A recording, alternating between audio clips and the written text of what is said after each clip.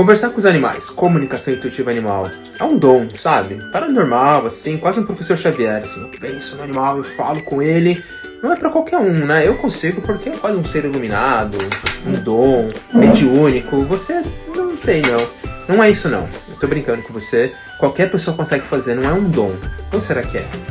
Quer saber se é pra você, se é um dom, se não é? Eu tô brincando aqui, mas você pode saber se qualquer um consegue, se você consegue conversar com seus animais. Descrição, clica aqui em descrição e clica no link.